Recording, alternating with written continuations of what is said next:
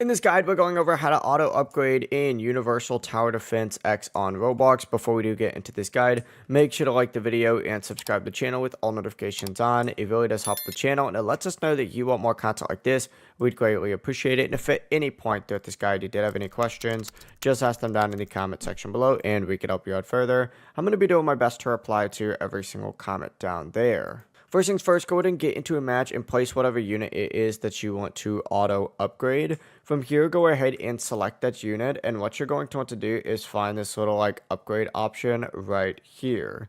Instead of just pressing auto upgrade, what you can do is press G, and what it's going to do is update a unit manager section right here. We could turn auto upgrade on for all of these guys just like so. You can also prioritize them by making them first, but that's really the full process. Now they're going to start auto upgrading. Like as you can see, fast car is auto upgrading for me already, but that is it. That's the full process. If you guys had any questions, ask them down in the comment section below and we could help you out further. I'm going to be doing my best to reply to every single comment down there. Before you do leave this guide, make sure to like the video and subscribe to the channel with all notifications on. It really does help us out and lets us know that you want more content like this. We'd greatly appreciate it. Have a great rest of your day though. Peace.